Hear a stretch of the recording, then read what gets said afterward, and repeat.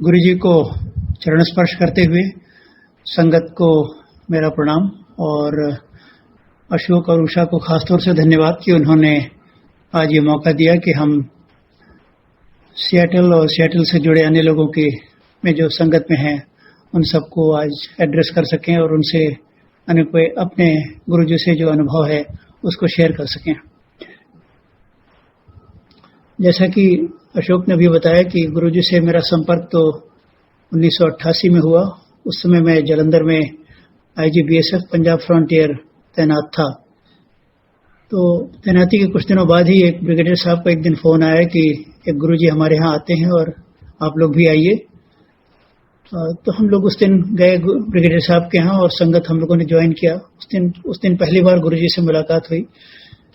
गुरु जी ने मुझसे मिलने के बाद कहा कि तुम हमारे यहाँ आया करो।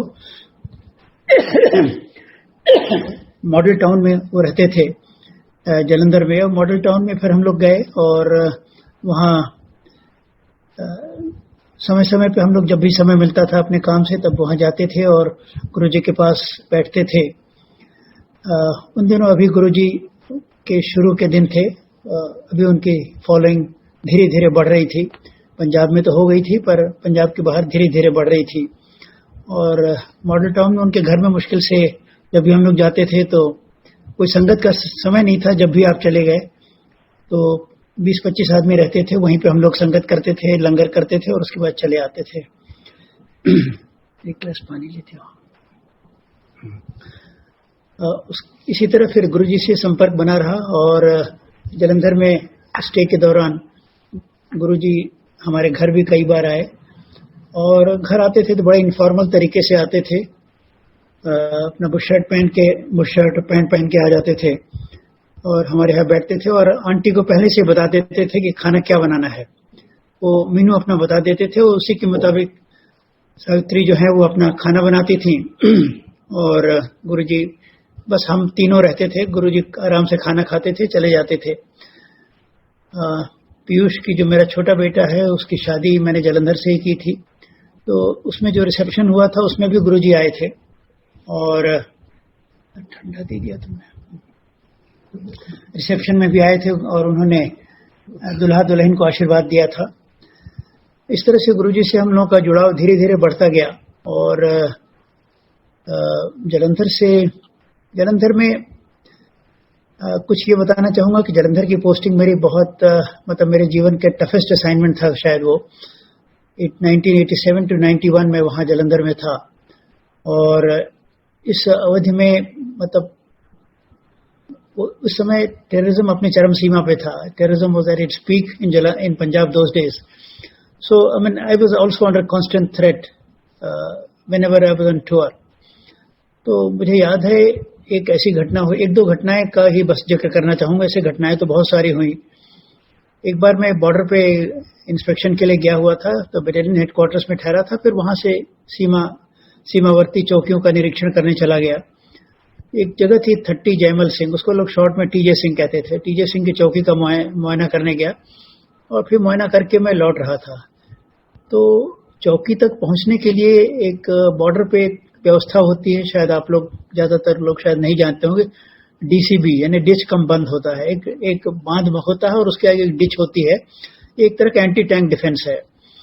तो उसके आगे एकदम हमें जाना था और चौकी का हमने निरीक्षण किया। कई चौकियों में 2-3 चौकियों का निरीक्षण करते हुए जब मैं लौट रहा था उस समय तक काफी शाम हो गई थी और मुझको जाते हुए आतंकवादियों ने देख लिया था कि IG साहब इधर गए हुए हैं। और डिच के बगल में जो बंद था, बंद पे उन्होंने फटाफट आए, करीब 4 आदमी आए। उन्होंने जल्दी से वहां गड्ढा बनाया, अपनी LMG माउंट की और ये उन्होंने प्लान बनाया कि लौटने का रास्ता मात्र यही है, IG इसी रास्ते से लौटेंगे तो इनको एम्बुश किया जाएगा। शाम को मैं जब लौट रहा था तो लौटते समय कमांडेंट, हम लोग जीप में बैठे थे, कमांडेंट गाड़ी चला रहे थे और मैं उनके बगल में बैठा था। तो जब हम लोग चलाते चलाते कमांडेंट के एकदम से ध्यान में आया, उन्होंने कहा कि सर एक शॉर्टकट है, अभी रास्ता खुला नहीं है, थोड़ा सा खराब है, आप कहिए तो उधर से चलें। मैंने एकदम कहा भाई तुम्हारे ऊपर है, जिधर से चाहे ले चलो। बटालियन हेडक्वार्टर जाना है। तो रास्ता बदल दिया उन्होंने, और रास्ता वो अभी रेगुलर रास्ते को छोड़ के एक कच्चे रास्ते से जो थोड़ा खराब था पर छोटा रास्ता था, उसको उन्होंने ले लिया। नतीजा ये हुआ कि जो टेररिस्ट एम्बुश लगाए बैठे थे वो खिसिया गए कि आईजी इधर आने वाले थे और इधर से आए नहीं, पर उन्हें कुछ तो करना ही था। शाम का जो बीएसएफ पेट्रोल उधर से जा रहा था, एक 4 आदमियों का पेट्रोल जा रहा था, तो उसको उन्होंने फिर देखा कि आईजी नहीं मिले तो इसी बीएसएफ के पेट्रोल को ही लिया और उन पर गोली चलाई, उसमें 2 जवान मारे गए थे। फिर दूसरे दिन सवेरे मैं जब निरीक्षण करने गया तो मैंने ये देखा कि इसी रास्ते तो मुझे लौटना था। फिर हमारे इंटेलिजेंस डिपार्टमेंट ने बताया कि सर ये एम्बुश तो असल में आपके लिए लगा था, पर आप नहीं मिले तो उन्होंने बीएसएफ के जवानों को फिर 2 को मार गिराया। तो ये जो मतलब लास्ट मिनट मेरे जो प्रोग्राम में परिवर्तन हुआ और कमांडेंट के दिमाग में ये बात आई, मैं समझता हूँ ये गुरुजी का ही कुछ संकेत रहा होगा कि भाई इधर से मत ले जाओ प्रकाश को, वरना उसको खतरा हो सकता है। तो गुरुजी का जब आपके ऊपर हाथ आ जाता है, वरद हस्त होता है, तो फिर वो किस तरह से और कब आपको कैसे बचाते रहें इसका कोई ठिकाना नहीं। इसी तरह जब पंजाब में तो मेरी पोस्टिंग 4 साल तक मैं वहां रहा, तो 4 साल में एक समय ऐसा भी आया कि जब मुझे पंजाब पुलिस की एक इंटेलिजेंस रिपोर्ट आई कि साहब आपके दोनों बेटों को खतरा है और दोनों बेटों को या तो मार दिया जाएगा या तो उनको किडनैप कर लेंगे। मैं बड़ा चिंतित हुआ कि भाई हमारे ऊपर तो, हम तो अपने ऊपर सब खतरा ले रहे हैं, अभी हमारे बेटों पे आ गए। तो खैर मेरा बड़ा बेटा उस समय पुलिस नौकरी में आ चुका था और धौलपुर में तैनात था एज एसपी। तो मैंने उसको कहा भाई बेटे देखो ऐसा है, तुम तो एसपी हो और तुम अपनी सुरक्षा का इंतजाम जरा सुदृढ़ कर लो ताकि कोई बात होने न पाए। और छोटा बेटा पीयूष जो था वो बेंगलोर में था एक प्राइवेट कंपनी में। फिर मैंने वहां के कमिश्नर ऑफ पुलिस को चिट्ठी लिखा कि ऐसी ऐसी बात है, जरा उसकी सुरक्षा का ध्यान रखिएगा। तो कोई ऐसी घटना तो नहीं हुई, पर एक बार कुछ सरदार जरूर कुछ सस्पिशियस सर्कमस्टेंसेस में पीयूष के घर के सामने देखे गए थे और जब तक कंट्रोल रूम की गाड़ी आती तब तक वो भाग लिए थे। खैर ईश्वर की कृपा से कहिए, गुरुजी की दया रही, दोनों बेटों को भी कुछ नहीं हुआ और मेरा 4 साल का टेन्योर वहां एक सुरक्षित निकल गया। जबकि मुझको मेरे साथ कई जैसे वारदातें हुई, मैं सबका उल्लेख नहीं कर रहा हूं, पर सब में कहीं न कहीं गुरुजी का संरक्षण था, उनका आशीर्वाद था, मैं बराबर बचता गया। पंजाब से पोस्टिंग के बाद फिर मैं वहां से असम चला गया था और असम से फिर यूपी आ गया था। तो इस दौरान जब मैं असम में रहा और यूपी में रहा, कुल मिला के करीब 2 साल का ये पीरियड था। उस समय तो गुरुजी से ज्यादा संपर्क नहीं हो पाया क्योंकि मैं दिल्ली से दूर था और पंजाब से भी दूर था। बाद में जब मैं डायरेक्टर जनरल बीएसएफ होके दिल्ली आया तो गुरुजी उन दिनों संगत दिल्ली में अंपायर स्टेट में करते थे। गुरुजी ने अंपायर स्टेट में कोई बीएसएफ का अधिकारी गया तो उससे कहा कि देखो प्रकाश को खबर करना कि मैं यहीं पे हूँ आजकल। उनकी खबर हुई, फिर मैं उनके पास गया और उसके बाद रिटायरमेंट तो मेरा जल्दी हो गया था क्योंकि उन दिनों 58 साल में ही रिटायर होते थे। रिटायरमेंट के बाद फिर मैं बराबर एक तो जीवन की दिनचर्या बन गई थी कि रोज मतलब हफ्ते में 2 बार तो गुरुजी के यहाँ जाना ही है और अगर 2 बार से ज्यादा बुलावें तो 2 बार से 3 बार भी जाना है। उन दिनों अंपायर स्टेट में ज्यादा जगह होती नहीं थी, करीब मैक्सिमम 150-200 लोगों की जगह होती थी। तो गुरुजी ने बहुत लोगों का दिन बांध दिया था कि तुम सोमवार को आओगे, तुम मंगल को आओगे। हमारे लिए कोई बंधन नहीं था, कभी भी 2 दिन आ सकते हैं और 2 दिन के अलावा भी कभी कभी कह देते थे कल फिर आ जाना। तो हम लोग जाते थे, बड़े शौक से जाते थे। बीच में कभी कभी हमें याद है जब हमारे ग्रैंडसन्स जो अमेरिका में रहते हैं जब हिंदुस्तान आते थे तो वो भी हम लोग के साथ जाते थे। अब बड़ी खास बात यह है कि संगत में जाने में हम लोग तो खैर मतलब जिस दिन गुरु जी के यहाँ जाना रहता था सवेरे से ही घर में एक एक्साइटमेंट रहता था कि आज गुरु जी के यहाँ जाना है, बड़ा अच्छा प्रोग्राम होगा, बहुत लोगों से मुलाकात होगी, गुरु जी की संगत सुनेंगे वगैरह वगैरह। तो जो आश्चर्य की बात जो मैं आप लोगों से शेयर करना चाहता हूँ कि मेरे पोते उस समय कोई 8 साल के 6 साल के रहे होंगे, पर वो बच्चे भी बड़े एक्साइटेड रहते थे कि गुरु जी क्या जाना है, गुरु जी क्या जाना है, और वहां जाके बड़े खुश रहते थे। मैं बार बार सोचता था कि ये बच्चे अमेरिका में पल रहे हैं, ये तो वीडियो गेम्स और क्या क्या सब देखने के आती है, यहाँ सत्संग में इनका मन कैसे लगता है और कैसे ये आने के लिए इतने उत्साहित रहते हैं। मुझे बड़ा ताज्जुब होता था, पर ये फैक्ट है कि बच्चे बड़े उत्साहित रहते थे। और वहां पे जब प्रसाद बढ़ता था चाय के रूप में, तो प्रसाद ये बांटते थे, फिर चाय उठाते थे। उसमें कभी कभी अजीब अजीब घटनाएं हो जाती थी। बच्चे थे, ज्यादा इनको समझ में आता नहीं था। किसी ने अपने चाय के प्याला बगल में रख दिया कि बाकी बाद में चुस्की लेंगे, तो वो उठा लेते थे। तो कहते भाई रुक जाओ, अभी जरा पूरा प्रसाद ग्रहण करने दो। तो बड़े, कहने का मतलब है कि बच्चे बड़े एक्साइटेड रहते थे, बड़े इंटरेस्ट से जाते थे। उन दिनों अंपायर स्टेट में जो संगत होती थी मतलब थोड़े ही लोग होते थे, पर एक तरह का फैमिली एटमॉस्फेयर था। सब लोग एक दूसरे को जानते थे, एक दूसरे से जुड़ गए थे, एक परिवार सा बन गया था। और इस परिवार को गुरुजी कभी-कभी मतलब अच्छा खासा इसका प्रोग्राम करते थे। प्रोग्राम ऐसा किया जैसे उन्होंने कभी कह दिया कि किसी शादी में जाना है, चंडीगढ़ या चंडीगढ़ के आसपास कहीं जगह थी। एक बार शादी में ले गए तो मालूम हुआ 30-40 गाड़ियों का काफिला चला जा रहा है, और गुरुजी पूरे मतलब सारा इंतजाम उस काफिले का गुरुजी खुद ही करते थे। कौन आगे चलेगा, कौन बाद में चलेगा, फिर कहाँ पे रुक के चाय पिया जाएगा, सारे डायरेक्शंस वही देते थे। मतलब हम लोग कार में जरूर बैठ के जाते थे, पर पूरे कहिए कि कॉन्वॉय इंचार्ज गुरुजी ही रहते थे कि कहाँ पे क्या होना है। और उनकी एडमिनिस्ट्रेटिव एबिलिटीज उस समय देखने को मिलती थी हम लोगों को कि गुरुजी में प्रशासनिक क्षमता भी कितनी अच्छी है। उन दिनों अंपायर स्टेट में प्रसाद खूब मिलता था। मतलब एक बार आप गए तो समोसा मिला, फिर गए तो कहीं मिर्ची मिली, फिर गए तो हलवा मिला। मतलब आनंद आ जाता था। प्रसाद खा के ही आनंद आ जाता था, और लंगर खा के तो फिर कहना ही क्या है। और लंगर के बाद फिर ये होता था कि लोगों को कहते थे, धीरे धीरे कहते थे लोगों को जाने को अक्सर कि भाई अब तुम जाओ, अब तुम जाओ। सबका नाम ले लेके कहते थे अब तुम जा सकते हो, अब तुम जा सकते हो। इस तरह करके बारी बारी से लोगों को भेजते रहते थे। पर हम लोग को इतना अच्छा लगता था कि मुझे याद है हम लोग वहीं कभी कभी तो खंबे के पीछे छिप जाते थे कि गुरुजी न देखें, नहीं तो देख लेंगे तो कहीं कह दें चले जाओ। पर खैर खंबे के पीछे कहीं भी बैठे, पर गुरुजी को तो सब पता ही रहता था, और गुरुजी देखते ही रहते थे। उनको पता रहता था कौन कहाँ बैठा है। तो एक बड़ी अजीब घटना हुई थी, क्योंकि सब लोगों को धीरे धीरे वो निपटाते जा रहे थे गुरुजी, और आखिर में मुश्किल से 7-8 लोग बच गए थे। हम थे, और एक कर्नल जोशी थे, और कुछ और लोग थे। तो हम लोग आपस में मतलब एक गोलाई बना के हम लोग खड़े होके बातचीत कर रहे थे। गुरुजी पहले तो बैठे थे, फिर वो भी वहीं आ गए, वो भी वहीं खड़े हो गए। थोड़ी देर हम लोग की बात सुनते रहे। उसके बाद गुरुजी ने एकदम से मेरा नाम लिया। नाम लेने की बात मैं यूँ कह रहा हूँ क्योंकि गुरुजी हमेशा सबको अंकल आंटी कह के ही बुलाते थे। जब नाम लिया तो मैंने सोचा पता नहीं आज गुरुजी नाम कैसे ले रहे हैं। तो उनका प्रकाश, मैंने उनकी तरफ देखा तो उनका अपना हाथ फैलाओ, तो मैंने हाथ फैला दिया। जब मैंने हाथ फैला दिया तो गुरुजी ने अपना हाथ ऊपर उठाया आसमान की तरफ, और उनके हाथ में कोई चीज आई, और वो हाथ उन्होंने मुट्ठी बंद करके मेरे हाथ में दे दिया। अब मैंने देखा कि मेरे हाथ में क्या है।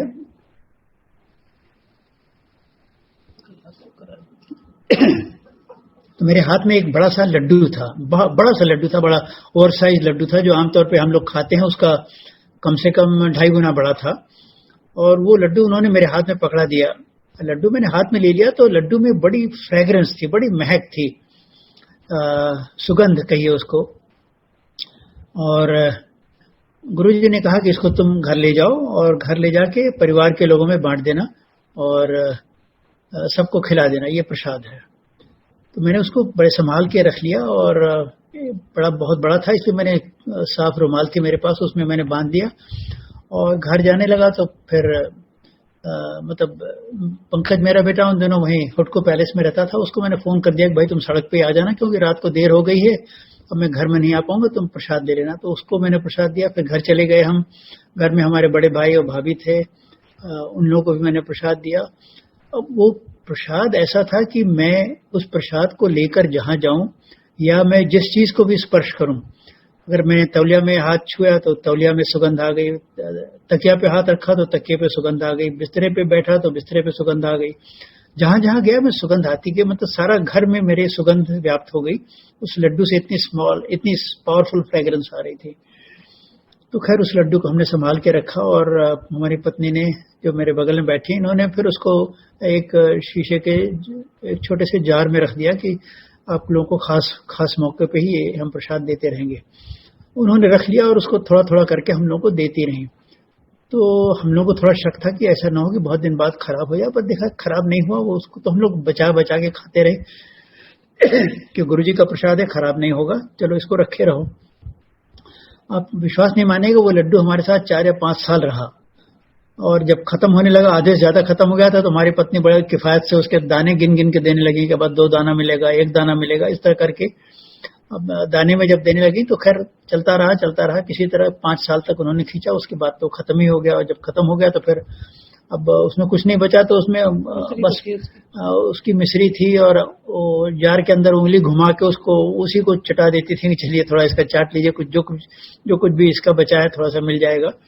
तो जब भी अब किसी खास मौके पे जाएं, बच्चे कहीं इम्तिहान के लिए जाएं या हम लोग किसी खास जगह जाएं, तो उसका स्वाद ले लेते थे। तो कहने की बात यह है कि वो एक ऐसा प्रसाद गुरुजी ने दिया था जिसको हम लोग 5 साल तक बचा बचा के खाते रहे। उसमें न फंगस लगा, न किसी किस्म की खराबी आई।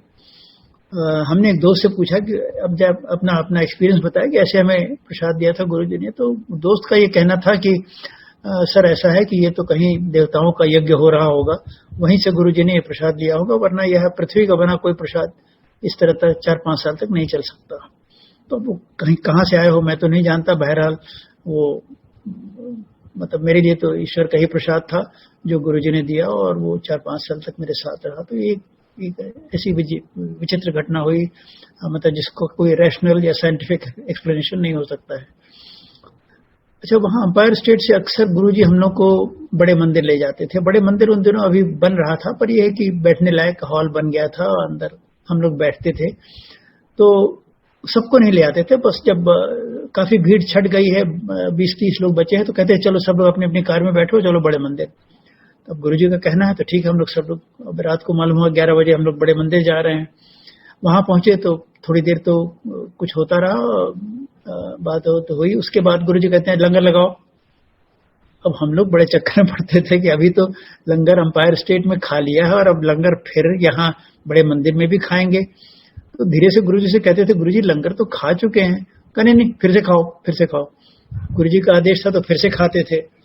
अब फिर से खाते थे। अब गुरुजी का चूंकि प्रसाद था, इसलिए वो दोबारा खाने से भी, लंगर खाने से वो हजम हो जाता था, और कभी ये नहीं लगा कि नहीं पेट भारी हो गया या अपच हो गया कैसे वगैरह वगैरह, ऐसा कुछ नहीं लगा, बड़े आराम से। और फिर वहां से 12-1 बजे तक छूटते थे, तो कभी ये नहीं लगा था कि देर हो गई। मतलब इतना आनंद आता था कि चलो कोई, मतलब वो अगर 2 भी बज जाए, 3 भी बज जाए, तो कोई ये नहीं लगता था कि घर जाने की जल्दी है। गुरुजी का कुछ ऐसा मैग्नेटिज्म था, कुछ इतना गुरुत्वाकर्षण था, मतलब उससे एकदम, मतलब हम लोग लगते थे कि यहाँ जितना अधिक समय बीत जाए उतना ही अच्छा है।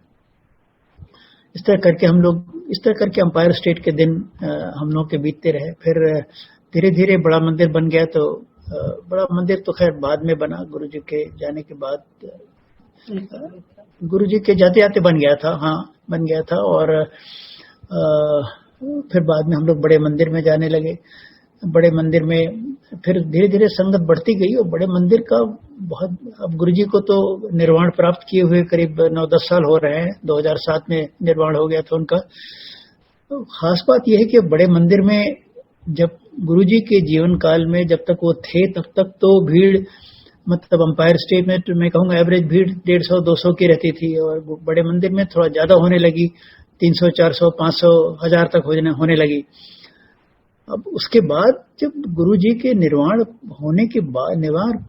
प्राप्त होने के बाद मैं देख रहा हूँ भीड़ बढ़ती जा रही है। और अब तो मुझे लगता है कि शिवरात्रि के दिन गुरुजी का जब जन्मदिन होता है, तो वो भीड़ मैं समझता हूँ कितनी 20,000-30,000 पहुंच जाती, कितनी पहुंच जाती, कोई उसकी गिनती करना बड़ा मुश्किल है। क्योंकि जब भी मैं जाता हूँ तो मंदिर के आउटर गेट से के सड़क के दोनों तरफ लाइन लगी है, और करीब 1 किलोमीटर पहले से गाड़ियों की पार्किंग शुरू हो जाती है।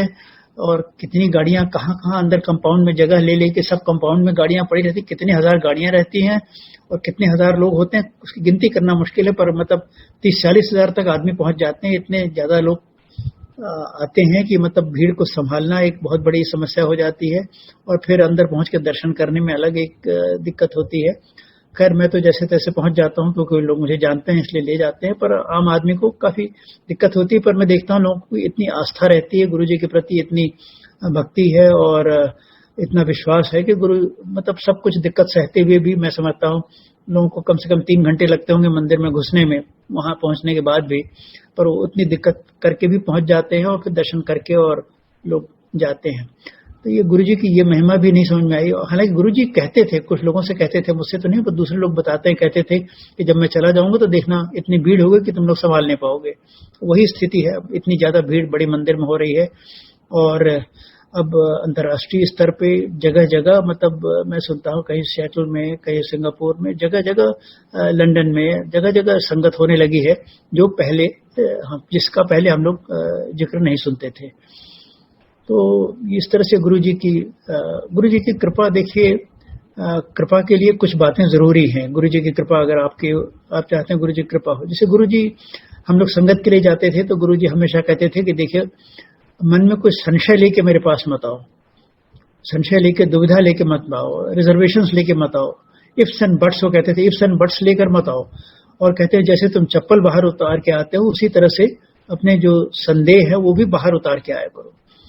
कहने का मतलब है कि गुरु जी के पास जब आप जा रहे हैं तो गुरु जी पे पूरा विश्वास रखिए, विश्वास के साथ जाइए, समर्पण की भावना से जाइए। समर्पण से मेरा मतलब सरेंडर की भावना से कि that you surrender yourself unto him and you have complete faith in him. तो विश्वास के साथ जाइए, श्रद्धा के साथ जाइए, समर्पण की भावना से जाइए, तब तो उसका लाभ होता है। कुछ लोग ऐसे भी हैं जिनको शुरू में श्रद्धा नहीं थी पर जाते जाते फिर ऐसा ऐसे अनुभव होने लगे कि उनको भी श्रद्धा हो गई। पर वो कहते हैं श्रद्धा मतलब इफ्स एंड बट्स लेके मत आओ। और जो प्रसाद के रूप में जो चाय मिलती थी वो कहते थे ये चाय नहीं, इसको प्रसाद के रूप में ग्रहण करो। और प्रसाद के रूप में ही मैंने तो हमेशा प्रसाद के रूप में ही ग्रहण किया और सब लोग इसी तरह से ग्रहण करते थे। पर कुछ लोग ऐसे सिरफिरे होते हैं, वो कहते मैं चाय नहीं पीता। अब जैसे एक बार वहाँ बड़े बड़े लोग आते थे, अटल बिहारी वाजपेयी को मैंने देखा गुरु जी के यहाँ, विश्वनाथ प्रताप सिंह को देखा। तो विश्वनाथ प्रताप सिंह जब आए तो उनको चाय जब प्रसाद के रूप में दी गई तो उन्होंने पिया ही नहीं। लोगों ने कहा भाई ये चाय नहीं है, ये प्रसाद है, ग्रहण कर लीजिए। पर वो जरा जिद्दी आदमी थे, थोड़ा कपटी आदमी थे। उन्होंने कहा नहीं हम तो चाय नहीं पीते, और नहीं पिया। खैर अब नहीं पिया तो नहीं पिया, उनको उसका लाभ नहीं मिलना था, उनका आशीर्वाद नहीं मिलना था। पर ये है हम लोग चाय को प्रसाद के रूप में ग्रहण करते थे। और मैं तो हमेशा प्रसाद जब उसको चाय को ग्रहण करता था तो अपने मन ही मन बोलता था कि गुरुजी आपका प्रसाद ग्रहण कर रहे हैं, इससे मेरा मन, मेरा हृदय, मेरा मस्तिष्क सब शुद्ध करिए और मेरे शरीर में जो विकार हो उसको निकाल दीजिएगा। ये मन ही मन बोलते हुए मैं तो हमेशा मैंने चाय ग्रहण किया। और उनका प्रसाद में मतलब चाय के अगर केवल चाय सोचिए तो चाय उनके प्रसाद में जो स्वाद होता था वो बाहर किसी की चाय में मैंने आज तक नहीं देखा। और उनका प्रसाद ग्रहण करने के बाद कई बार ये इच्छा होती थी कि दोबारा भी मिल जाए तो और अच्छा है, पर यह प्रसाद दोबारा तो नहीं मांगा जाता है। पर कभी कभी इत्तेफाक की बात होती है, संयोग से अगर जो भी व्यक्ति या आदमी या औरत जो भी सर्व कर रहा है अगर वो आपके सामने आ गया और उसने चाय बढ़ाई आपको तो बड़े खुशी से ले लेते हैं कि शायद मेरे मन में इच्छा हो रही थी दोबारा पीने की तो गुरुजी ने दोबारा भेज दिया। तो दोबारा भी चाय पी के, हालांकि मैं चाय बहुत कम पीता हूँ, पर उनके दो बार पीने में बड़ा आनंद आता था। और प्रसाद भी और जो लंगर भी जो मिलता था उसमें भी एक ऐसा स्वाद होता था जो बहुत ही मतलब रुचिकर होता था, अच्छा लगता था। It was very satisfying. तो इस तरह से हम लोग का दिन बीतते गए। गुरुजी का आशीर्वाद हम लोग के साथ, हम लोग के साथ तो शुरू हुआ, उसके बाद धीरे धीरे मेरे परिवार में जो लोग भी कोई आते थे, जो भी कोई हमारे घर आता था, अगर कभी कोई समस्या लेके आता था और उस समस्या का मेरे पास कोई समाधान नहीं होता था तो मैं उससे कहता था देखो भाई ये मैं तो नहीं जानता इसमें क्या होना चाहिए।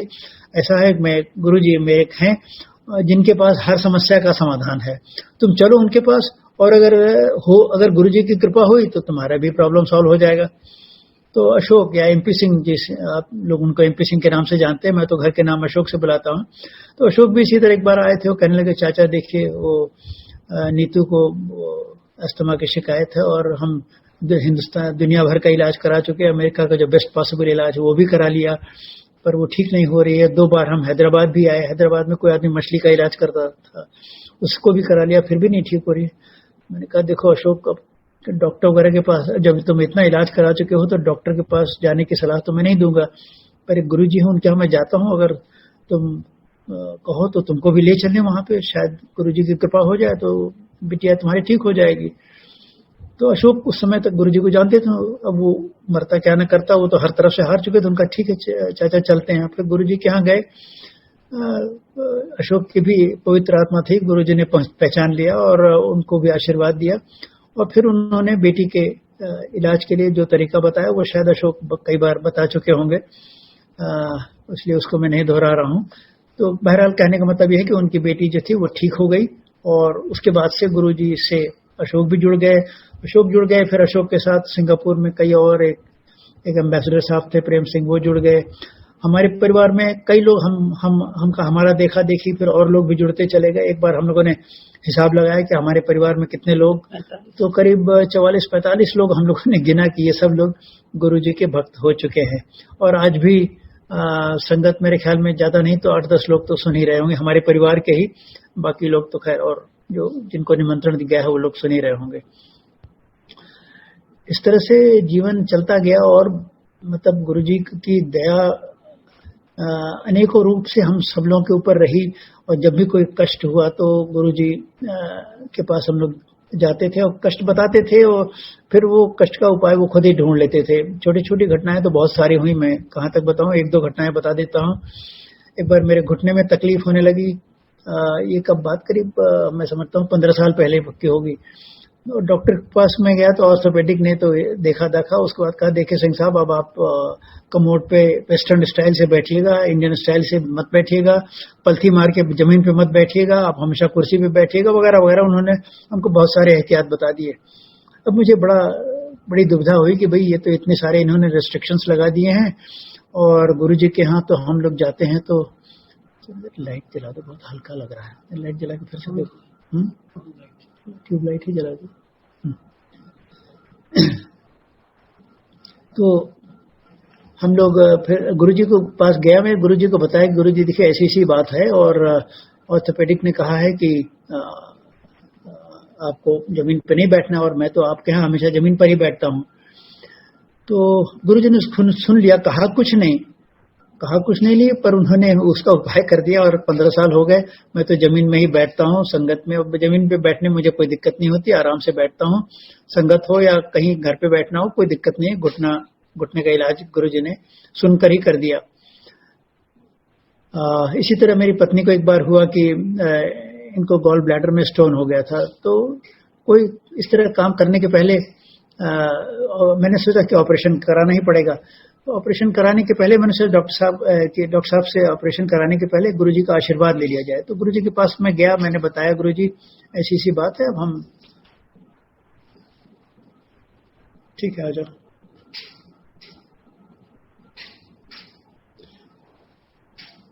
क्या करते हैं, गुरुजी को मैंने बताया कि गुरुजी ऐसी बात है और ऑपरेशन के लिए कहा है डॉक्टर ने। तो मैंने तो केवल सूचना के लिए बताया था, पर गुरुजी ने अपनी तरफ से कह दिया नहीं ऑपरेशन मत कराओ। अब हम लोगों ने सोचा कि अब गुरुजी ने कहा है ऑपरेशन मत कराओ तो नहीं कराएंगे, और नहीं कराया ऑपरेशन, नहीं कराया। पर गुरुजी ने शायद उसको जो भी स्टोन था उसको ठंडा कर दिया, छोटा कर दिया, उसको इमोबिलाइज कर दिया, क्या किया ये तो मैं नहीं जानता। पर वो आज भी मेरे बगल में बैठे हैं बड़े आराम से और उनको गॉल ब्लैडर के स्टोन ने से कोई परेशानी नहीं हुई। तो इस तरह से छोटी छोटी कृपा होती रही। पर एक बहुत बड़ी कृपा हुई जो उसका भी शायद उल्लेख करना जरूरी है। सबसे बड़ी जो कृपा हुई थी ये हुआ कि 2011 में मैं यूएसए गया था और जून के महीने में गया था और ये था कि हम लोग जुलाई में लौट आएंगे। तो जून के महीने में मैं गया था वहां पे। तो फिर ये प्रोग्राम बनाया था मेरे बेटे ने, पीयूष ने, कि हम लोग पापा ऐसा है कि आपको 5 तारीख को फ्लाइट लेना है इंडिया के लिए वापस।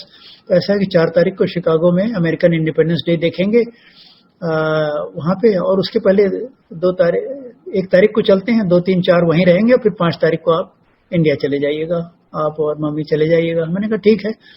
तो हम लोग सिंसिनाटी में थे, सिंसिनाटी से बाय रोड आए, शिकागो आए, शिकागो में एक जगह ठहरे और फिर ये हुआ कि अब यहाँ से हम लोग 5 तारीख को जाना है। पर कुछ ऐसा हुआ कि 1 तारीख को हम लोग आए थे, 2 तारीख को मेरी तबीयत कुछ खराब होने, कुछ मतलब मुझे मामूली फीवर वगैरह हुआ, कुछ दवा घर में ही हमारे जो डॉटर इन लॉ थे उन्होंने दवा दिया, दवा हमने खाया, पर तबीयत ठीक नहीं। 3 को कुछ और तबीयत खराब हो गई मुझे। मैं बाथरूम गया था, तो बाथरूम से लौटने लगा तो मैं लौट नहीं पा रहा था। फिर मेरे पोते मुझको वहां से पकड़ के ले आए और उठा के लाए। 4 तारीख को एकदम से तबीयत ज्यादा खराब हो गई मेरी, ज्यादा खराब हो गई, और मेरे चेहरे से कुछ ब्लैंक लुक आने लगा, और पीयूष मेरा बेटा जो है वो काफी परेशान हो गया। फिर उसने वो मुझे हॉस्पिटल, चश्मा चमक रहा है ना? ठीक है, ठीक है, चमक रहा है भाई, ठीक है। तो वो मुझे हॉस्पिटल ले गया और हॉस्पिटल में एडमिट करा दिया उसने 4 तारीख को, कि पता नहीं पापा क्या तबीयत हो गई, खराब हो गया। तबीयत इतनी खराब हो गई थी कि मेरी स्पीच जो है वो मैं साफ बोल नहीं पा रहा था, मेरी आवाज लटपटा रही थी, और मुझसे अपना नाम भी पूछे तो मैं बड़ी मुश्किल से, बड़ी मेहनत से अपना नाम प्रोनाउंस कर रहा था। मुझे हॉस्पिटल में एडमिट हो गया। अच्छा, हॉस्पिटल में एडमिट हो गया, मैं 4 तारीख को एडमिट हो गया, 4, 5, 6 में वहां एडमिट रहा। मतलब उस दौरान मेरी तबीयत इतनी खराब हो गई थी कि मैं अपनी वाइफ को भी नहीं पहचान पा रहा था, किसी को नहीं, मतलब बल्कि यूं कहिए कि 4, 5, 6 को मुझे उन 3 दिनों का कोई होश नहीं है कि मेरी क्या हालत थी, मेरे क्या टेस्ट हुए, मैं किससे मिला, मैं खाना खाया नहीं खाया, सोया नहीं सोया, मुझे 4, 5, 6 का कोई भी मेमोरी है ही नहीं। जो कुछ 4, 5, 6 के बारे में बस यही जानता हूँ। मेरे बेटा मुझे बताता है कि पापा आपके बराबर इन्वेस्टिगेशन, एक के बाद एक इन्वेस्टिगेशन होते रहे, डॉक्टर्स भी परेशान थे, क्या बीमारी है, जल्दी वो भी नहीं किसी नतीजे पहुंच पा रहे थे। अल्टीमेटली उन्होंने कहा कि तुम्हारे फादर को वायरल एनसेफेलाइटिस है। अब कुछ तो डायग्नोसिस उन्हें करनी ही थी, बीमारी तो खैर कुछ और थी, पर खैर उन्होंने डायग्नोसिस ये किया, वायरल एनसेफेलाइटिस। और ये भी बता दिया कि देखो, वायरल एनसेफेलाइटिस में 50% लोग तो बचते नहीं हैं, उन्होंने बताया, और 25% लोग जो क्योर हो जाते हैं, वो क्योर तो हो जाते हैं, पर वो कोई न कोई परमानेंट डिसेबिलिटी लेके निकलते हैं हॉस्पिटल से, और 25% लोग जो भाग्यशाली होते हैं वो अपना ठीक हो जाते हैं। अब आपके पिताजी किस कैटेगरी में आएंगे हम कह नहीं सकते। तो सब लोग परिवार में बहुत चिंतित थे, और अच्छा, मैं होश में रहता नहीं था। बताते हैं कभी कभी मैं टेस्ट के लिए जाता था तो मैं इतना वायलेंट हो जाता था कि नहीं, मैं नहीं जाऊंगा, कि लोग फिर मुझको बांध के, मतलब स्ट्रेचर पे बांध के ले जाते थे कि नहीं आपको जाना है और टेस्ट कराना है। एमआरआई कराने में कभी कभी अंदर जाके कुछ मतलब इधर उधर हिल जाता था तो एमआरआई से लौट आता था, फिर दोबारा एमआरआई के लिए जाता था। इस तरह 3 दिन मेरा कैसे बीता मुझे इसका कोई स्मरण नहीं है, और पर यह है कि 3 दिन मेरी हालत बड़ी खराब थी, बस ये समझ लीजिए। अच्छा, हमारे परिवार के लोग परेशान तो थे ही, पर इत्तेफाक से, संयोग से कहिए, मेरे सौभाग्य से गुरुजी का जन्मदिन 7 जुलाई को होता है, और गुरुजी की फोटो मेरे सिरहाने रखी थी, और मेरे परिवार के सब लोग गुरुजी की प्रार्थना कर ही रहे थे। मैं तो होश में था नहीं, इसलिए मेरे प्रार्थना करने कोई सवाल नहीं है। अच्छा, 6 तारीख की दोपहर को, या करीब 1 बजे 2 बजे समझिए, शिकागो और इंडिया के टाइम में 10-11 घंटे का कुछ फर्क था उन दिनों। तो यूँ कहिए कि जब हिंदुस्तान में 6/7 की रात हो रही थी, यानी 6 की आधी रात और 7 का प्रातः जब शुरू हो रहा था, 6/7 की आधी रात जब हो रही थी, उस समय यूएसए में करीब 2 बजा होगा। इस समय जो हुआ मेरे साथ वो मैं बताना चाहता हूँ। मतलब गुरुजी का जन्मदिन के शुरू होने के साथ ही मुझे जो आशीर्वाद मिला उसकी कहानी मैं आपको बता रहा हूँ। मैं खाना खा के, उस समय थोड़ा होश था, खाना खा के मैं सो गया तो मैं बड़ी गाढ़ी नींद में सोया, और सोए हुए मैंने एक स्वप्न देखा। वो स्वप्न ऐसा था कि जिसको मैं आज कभी जिंदगी भर नहीं भूल पाऊंगा। स्वप्न में मैंने ये देखा कि मैं एक हॉल में बैठा हूँ, हॉल में मैं अकेला बैठा हूँ, और सामने स्टेज पर एक बहुत बड़ा स्क्रीन है, और उस पे, जितना बड़ा स्क्रीन है उस पे एक बड़ा सा ओम लिखा हुआ सामने दिखने लगता है, और वो ओम धीरे धीरे उसमें लाइट आने लगती है, और Om it becomes very luminous, dazzling Om, मतलब चमचमाता हुआ ओम मेरे सामने दिख रहा है, और मैं सपने में ही ओम को देखे जा रहा हूं, और मन ही मन बड़े आनंद का अनुभव कर रहा हूँ। वो ऐसी एक अनुभूति थी जिसको मैं शब्दों में डिस्क्राइब नहीं कर सकता। मतलब the nearest I would say it was transcendental happiness, it was divine happiness, it was sublime bliss. That is what I was experiencing at that time. और मैं मनी बड़ा खुश हो रहा हूँ कि कितना अच्छा ओम दिख रहा है, कितना अच्छा ओम दिख रहा है। और अंदर ही अंदर इतनी आनंद की, मतलब नैसर्गिक आनंद की, ईश्वरीय आनंद की अनुभव हो रहा था जो मैं, मतलब मेरे शब्द नहीं है कि मैं कैसे उसको डिस्क्राइब करूं। और ये करीब, मैं अब सपने में मैं कह नहीं सकता कितनी देर ये सिलसिला चला होगा, पर 10 सेकंड से 30 सेकंड के बीच कुछ ही चला। मैं ठीक से बता नहीं सकता कितने, पर कम से कम 10 सेकंड तक तो जरूर ही था। और उसके बाद मेरी नींद खुल जाती है। अब जब मेरी नींद खुल जाती है तो I am absolutely back to normal. अच्छा, मेरे बेटे को क्या पता, मेरी पत्नी को क्या पता कि मैं अभी तक तो मतलब अनाप शनाप बोलता था और अब एकदम होश में आ गया हूं। तो मैंने अपने उठते होश में आते बेटे से कहा, पीयूष मुझे इंडिया जाना था 5 तारीख को। उनका, पापा 5 तारीख तो बीत गई, आज तो 6 तारीख है। मैंने कहा 6 तारीख है तो हम फ्लाइट पे क्यों नहीं गए? तो पापा आपकी तबीयत बहुत खराब थी, आपको हॉस्पिटल में एडमिट कराना पड़ा। फिर मैंने दाहिने बाएं देखा, होश में आ ही गया था, तो मुझे लगा कि हाँ कुछ तो गड़बड़ है। मैं हॉस्पिटल में एक कमरे में चारपाई पे लेटा हूँ। तो मेरे समझ में, थोड़ी देर में मेरे बातें समझ में आने लगी कि हाँ मेरी तबीयत जरूर कुछ खराब हो गई थी। और धीरे धीरे याद आने लगा कि हाँ कुछ तबीयत खराब थी। फिर शायद हॉस्पिटल आया था, बाद में क्या हुआ था वो तो मुझे याद नहीं, पर यह है कि अब तबीयत मेरी लौट आई है। मुझे लगा कि हाँ, तो फिर मैंने पूछा मुझे क्या होगा, तो खैर उसने बताया होता। फिर मेरे बेटे को भी शक हो कि पापा आज कुछ ठीक से बात कर रहे हैं, मतलब और रोज की तरह नहीं, कुछ बात कोहेरेंटली बात कर रहे हैं, रैशनली बात कर रहे हैं। तो उसने मुझे टेस्ट करने के लिए, क्योंकि मैं अमेरिका में मैंने बहुत सारे लेक्चर्स टेररिज्म पे दिए थे, तो ऐसे मुझे टेस्ट करने के लिए मुझसे कुछ एलिमेंट्री सवाल पूछने लगा कि पापा दुनिया का सबसे बड़ा टेररिस्ट कौन था? तो मुझे हंसी आई कि मुझसे क्या पूछ रहा है ये लड़का। मैंने कहा ऑफ कोर्स ओसामा बिन लैडेन। उन दिनों वो जिंदा था, तो नहीं जिंदा नहीं था, मार दिया गया था। तो फिर उसने अगला सवाल पूछा कि अच्छा पापा उसको मारा किसने था? मैंने कहा नेवी सील्स ने मारा था। भाई सब पूछते तुम पूछ क्यों रहे? नहीं ऐसे ही पूछ रहे हैं पापा, उसने हंसते हुए कहा। फिर उसने बगल में मेरी पत्नी सावित्री खड़ी थी, तो कहा ये कौन है? तो मैंने हंस के कुछ कह दिया उससे कि दुलार से ये कौन है, अब वो आप लोगों के सामने क्या कहें। तो तब मेरा बेटा पीयूष समझ गया कि पापा अब ठीक से बोल रहे हैं, ठीक से सबको समझ रहे हैं, और उनकी याददाश्त लौट आई है उसको। अच्छा, थोड़ी देर बाद मैंने कहा भाई अब ये यहाँ तुम हॉस्पिटल में कब तक रखोगे मुझे जल्दी छुड़वाओ। तो पापा अब ये तो आफ्टरनून का टाइम है, अब तो डॉक्टर तो कल सवेरे आएंगे, वही छोड़ने के लिए बताएंगे। फिर खैर हमने कहा चलो कोई बात नहीं, सवेरे तक इंतजार कर लेते हैं। तो फिर दूसरे दिन सवेरे डॉक्टर आए, डॉक्टर से मैंने बात की, और तो डॉक्टर भी बड़े परेशान कि ये तो बड़े उस तरह बात कर रहे हैं। अच्छा, उनको बता दिया गया था कि हिंदुस्तान में बहुत बड़े अफसर थे, फलाना, तो वो भी जरा बड़े इज्जत से मुझे ट्रीट करते थे। मैंने बात जब किया हुआ तो उनको लग गया कि नहीं, mister Singh is back to his normal state of health. तो डॉक्टर के मुंह से एक शब्द निकला जो मुझे अभी तक याद है कि mister Singh, your disease was a mystery and the manner you have recovered is a miracle. तो अब मैं उनसे क्या कहूं कि गुरुजी की फोटो बगल में थी, उनसे कहा, पर खैर उनको ये क्या समझ में आया कि ये क्या है। वो तो साइंस से सब लोग रिलेट करते हैं, उन्हें गुरु वगैरह से क्या मतलब। बताया गया कि ये गुरुजी की कृपा है, पर उनको शायद वो बात समझ में आई है, नहीं आई हो, मैं नहीं कह सकता।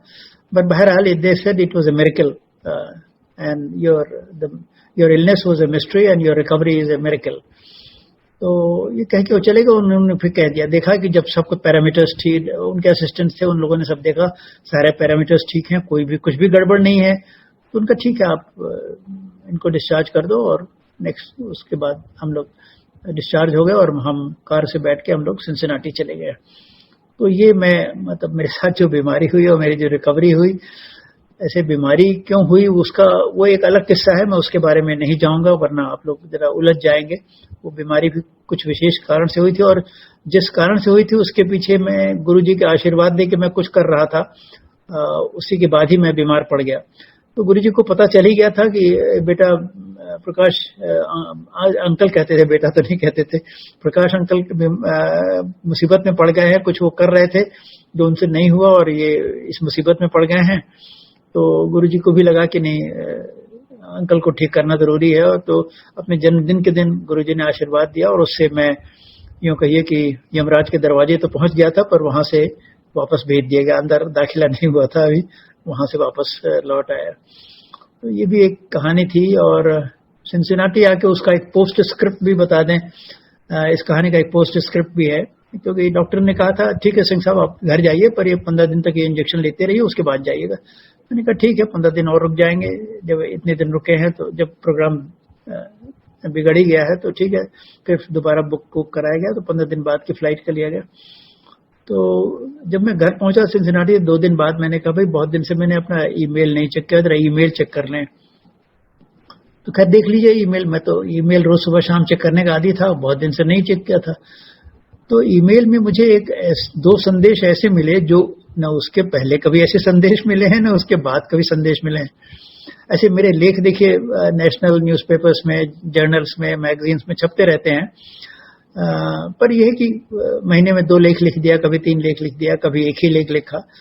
उस दिन मैंने जब ईमेल खोला तो मैंने देखा एक टाइम्स ऑफ इंडिया से और एक इंडिया टुडे से, दोनों की तरफ से एक रिक्वेस्ट आई थी कि हमारे लिए एक लेख लिख दीजिए, और उन्होंने विषय भी लिख दिया था। ऐसा मैंने कहा ना, ऐसा पहले कभी नहीं हुआ था और न उसके बाद हुआ है, क्योंकि ये लोगों के तो बड़े नखड़े होते हैं और इनको तो आप लेख लिख के पूछिए कि आपको इस विषय पे लेख चाहिए, तब वो लेख लेते हैं। तो मैंने कहा पीयूष देखो ये तो इन्होंने लेख मांगा है, तो लेख तो लिखना ही पड़ेगा। तो पीयूष तो कुछ नहीं बोले, पर मेरी पत्नी जरा कुनमुना रही थी। वो कह रही थी कि ये अभी तक तो आपके दिमाग पे इतना स्ट्रेन पड़ा है, आप मेमोरी आपकी चली गई थी और अब आप एकदम से लेख लिखने पे बैठ जाइएगा, लेख लिखने में दिमाग पे जोर पड़ेगा। मैं कहा कि अच्छा उनको बोलने दो, अब इतने बड़े अखबार और मैगजीन हमसे जब लेख मांग रहे हैं तो हमें लेख तो देना ही पड़ेगा। तो खैर मैंने 2 दिन में चुपचाप लेखों किसी तरह से लिखा और लेख भेज दिया। वो अपना बाद में हिंदुस्तान में छपे सब। तो ये गुरुजी ने ये 2 संदेश क्यों भेजे थे, ये मैं आपको बताना चाहता हूँ। गुरुजी परिवार के लोगों को ये बताना चाहते थे कि प्रकाश न केवल स्वस्थ हो गए हैं, बल्कि उनके जो मेंटल फैकल्टीज है they are back to their normal state of health and मतलब उनकी जो दिमागी शक्ति थी सब वापस आ गई है। आप लोग उसके बारे में कोई दिमाग में शक मत रखिएगा, कोई चिंता मत रखिएगा, कोई रिजर्वेशन मत रखिएगा। He is absolutely fit not only outwardly but mentally also. ये इन लोगों को बताने के लिए गुरुजी ने एक खेल किया था, वरना इस तरह से ये कोई डिमांड आती नहीं है। तो इसी तरह से जीवन चक्र चलता रहा। और अशोक ने कहा कि अपनी जो यात्रा आपकी गुरुजी के साथ रही हुई बताई, तो मैं उसी यात्रा के रूप में ही बता रहा हूँ आप लोगों को। गुरुजी का जब निर्वाण हो गया तो हम लोग को इतना सेटबैक हुआ, मतलब बता नहीं सकते, इतना धक्का पहुंचा था कि ये सबसे पहले तो ये लगा कि अब जिंदगी कटेगी कैसे। अब वो रिटायरमेंट की जिंदगी एक तरह से गुरुजी के साथ रह के ही कट रही थी, और उनके आशीर्वाद से कट रही थी, उनके सानिध्य में कट रही थी, और सत्संग से कट रही थी। हफ्ते में 2 दिन बड़े अच्छे से निकल जाए, ये बहुत बड़ी बात है। अब जिंदगी कैसे कटेगी ये सोच बहुत दिन तक तो हम मतलब ये सोचते रहे बहुत दिन तक। पर थोड़े दिन बाद ये समझ में आया कि गुरुजी का केवल शरीर गया है और गुरुजी की आत्मा, गुरुजी का आशीर्वाद अभी भी हमारे साथ है, और इसका आभास होता रहता है समय समय पे। आप पूछेंगे कैसे आभास होता रहता है? वही पूजा के स्थल पे जहां मैं पूजा करता हूँ, वहां कभी कभी गुरुजी की फ्रेग्रेंस आ जाती है। गुरुजी के शरीर से एक फ्रेग्रेंस निकलती थी, मतलब जो आज तक मैंने किसी मॉर्टल, किसी मनुष्य के शरीर से नहीं देखी है। और फ्रेग्रेंस का सबसे आनंद तब आता था जब गुरुजी कभी कभी मुझे, मतलब कभी कभी कुछ लोगों को पैर दबाने के लिए बुलाते थे। और ये पैर दबाने की बात पे ये स्पष्ट कर दूं, गुरुजी को ऐसा नहीं कि गुरुजी का पैर दुखता था या पैर दुख के उनको पैर दबाने से उन्हें आराम मिलता था इसलिए बुलाते थे। शुरू में तो हमने यही समझा, बाद में मेरी अकल में समझ में आया कि नहीं, पैर दबाने का उद्देश्य, जो पैर दबाने का मौका देते हैं गुरुजी, उसका एक उद्देश्य होता है। उद्देश्य यह है कि जब आप उनके पैर का स्पर्श करते हैं, उनके शरीर का स्पर्श करते हैं, उस दौरान वह अपने आप से एनर्जी आपको ट्रांसमिट करते हैं। आप में एनर्जी ट्रांसमिट होती रहती है और आप उस एनर्जी को लेते रहते हैं। वो उनका एक आशीर्वाद देने का, आपको एनर्जी देने का एक तरीका है, इसलिए आपको पैर दबाने का मौका देते हैं। ये मेरे बाद में समझ में आया। पर उस पैर दबाने के बाद हमेशा हाथ में सुगंध आ जाती थी और मैं बच्चों को, अपनी पत्नी को या कोई और चाहे तो उसको भी हाथ सुंघाता था कि देखो सूंघो सूंघो कितनी अच्छी सुगंध आ रही है। उनके शरीर से एक सुगंध आती थी और उस सुगंध के हम लोग आदी हो गए थे। वो सुगंध कहीं भी हो, हाँ, उसका आभास मिलता है तो मुझे ये लगता है हाँ गुरुजी का है यहाँ पे, उनका आशीर्वाद हमारे पास है, हमारे साथ है। तो गुरुजी की सुगंध कभी कभी आती है और कभी अगर जब किस्मत अच्छी होती है 2-3 महीने में एक बार, 4 महीने में एक बार, कभी कभी गुरुजी के दर्शन भी हो जाते हैं सपने में। तो लगता है कि हाँ गुरुजी अभी हमको भूले नहीं है, हमारा हम उनको भूलें और नहीं भूलेंगे, न वो भूलेंगे न मैं भूलूंगा। गुरुजी बल्कि ये भी कहते थे कि जब तुम हमारे शरण आ गए हो तो किसी दूसरे गुरु के पास मत जाना। तो तब से मैं जरा अवॉइड करता हूँ। एक बार मैं कहीं चला गया था तो लौट के उन्होंने थोड़ा सा मुझे स्नैप किया था, डांटा था, अच्छा तुम वहां गए थे, उन्हें तो सब पता चल जाता है। तो ऐसे जाने को मैं चला गया था, पर यह नहीं कि उनको मैंने गुरु मान लिया था, मैंने बता दिया, मैंने भी सच बता दिया। तो उनका नहीं अब कहीं किसी और के शरण में जाने की जरूरत नहीं। तो खैर मेरे भी समझ में आ गया। तो इस तरह से जीवन चक्र चलता रहा और गुरुजी का आशीर्वाद हम लोग के साथ है और हमारी पत्नी के साथ, हमारी बहू के साथ, हमारे बेटे के साथ, हम सब लोग उनसे जुड़े हैं। और ये है कि गुरुजी का गुरु की महिमा ऐसे भी हिंदू धर्म में बहुत गाई गई है और गुरु के द्वारा ही ईश्वर, एक तरह से गुरु is the bridge between you and the divine and the Lord. तो गुरु की बहुत महिमा है और गुरु की कृपा, मैंने कहा ना, अगर आप में श्रद्धा है, आप में विश्वास है और आप समर्पण की भावना से गुरु को अप्रोच करेंगे तो आपको आशीर्वाद जरूर मिलता रहेगा। अब यहाँ एक दो बात मैं थोड़ा सा और अपने अनुभव से जोड़ना चाहूंगा। देखिए, गुरु जी के पास ज्यादातर लोग जाते हैं वो स्वार्थ से जाते हैं। आप अगर 10 में 9 आदमियों से पूछिए तो कोई अपना प्रमोशन चाहता है, कोई अपने बिजनेस की बढ़ोतरी चाहता है, कोई अपनी बीवी को बच्चा चाहता है, कुछ न कुछ हर आदमी एक आस लेकर जाता है, एक डिमांड लेकर जाता है, एक अपेक्षा लेकर जाता है कि हमारा ये काम हो जाए, हमारे साथ ये चमत्कार हो जाए। मैं ये कहूंगा, देखिए चमत्कार होगा तो ये आपके ऊपर गुरु जी की कृपा है, जरूर होगा, पर आप गुरु जी के पास अगर निस्वार्थ भाव से जाए तो ज्यादा अच्छा है। निस्वार्थ भाव से जाइए और केवल आशीर्वाद की अपेक्षा कीजिए, आशीर्वाद की उम्मीद करिए, क्योंकि एक बार उनका आशीर्वाद आपको मिल गया तो बाकी चीजें अपने आप ठीक हो जाएंगी। उसके लिए आपको कहने की जरूरत नहीं है कि हमारा ये काम करा दीजिए, हमारा घर खाली करवा दीजिए मकान किराएदार से, और हमारी तरक्की करा दीजिए, प्रमोशन करवा दीजिए, फॉरेन पोस्टिंग करवा दीजिए, बेटी का मेडिकल में एडमिशन करा दीजिए। सब कहने की जरूरत ही नहीं है एक बार जब गुरु का आशीर्वाद मिल गया। और मैं ये भी कहूंगा कि गुरु से आप रिश्ता क्या रखना चाहते हैं ये आपको सोचना पड़ेगा। ज्यादातर लोग वही बिजनेस रिलेशनशिप, एक तरह से मैं इसको बिजनेस रिलेशनशिप की कैटेगरी में डालूंगा, जब आप हमेशा कोई लाभ या कुछ मांग कर जाते हैं। अगर आप निस्वार्थ भाव से जाइएगा तो देखिएगा गुरु की कृपा आपके ऊपर कुछ ऐसे रूप में आएगी जिसका आपने अनुमान भी नहीं किया था। अब मैं यही कहूंगा कि गुरु की कृपा अगर आप हुई और निस्वार्थ भाव से आप उनकी पूजा करते रहे, उनके शरण में रहे और अपने श्रद्धा के सुमन उनको चढ़ाते रहे, तो एकाएक कभी आपको लगेगा कि नहीं, आपने कुछ ऐसी चीज प्राप्त कर ली है जिसकी आपने कल्पना भी नहीं की थी, और जिसको प्राप्त करने के लिए शायद लोग सालों साल पूजा करते हैं और तब उनको वो सिद्धि मिलती है। तो एकदम से आपको लगेगा कि आपको ये शक्ति आ गई या आपको आप में ये गुण आ गया। तो गुरु की कृपा अगर हुई तो आप एक आध्यात्मिक स्तर पे आप प्रगति करेंगे, और पर ये आध्यात्मिक स्तर पे प्रगति तभी होगी जब आप निस्वार्थ भाव से गुरु के सामने सरेंडर करिएगा। कुछ मांगने के बजाय केवल आशीर्वाद मांगिए, केवल अपना कल्याण की बात करिए कि हमें आशीर्वाद दीजिए, हमारा कल्याण करिए, बस इतना कहिए। वो देखिए कल्याण ऐसे स्वरूप में आएगा कि आप आश्चर्यचकित हो जाएंगे कि गुरु जी आपको क्या दे रहे हैं। देखिए, ये भौतिक चीजें, दुनियावी चीजें तो मिलती ही रहती हैं, पर आध्यात्मिक चीजें जिस दिन आपको मिलना शुरू हो गई उस दिन आपका जीवन बदल जाएगा, एक नई दिशा ले लेगा, और तब आप सही माने में एक तरह से कहीं आध्यात्मिक रास्ते पे चल पड़ेंगे।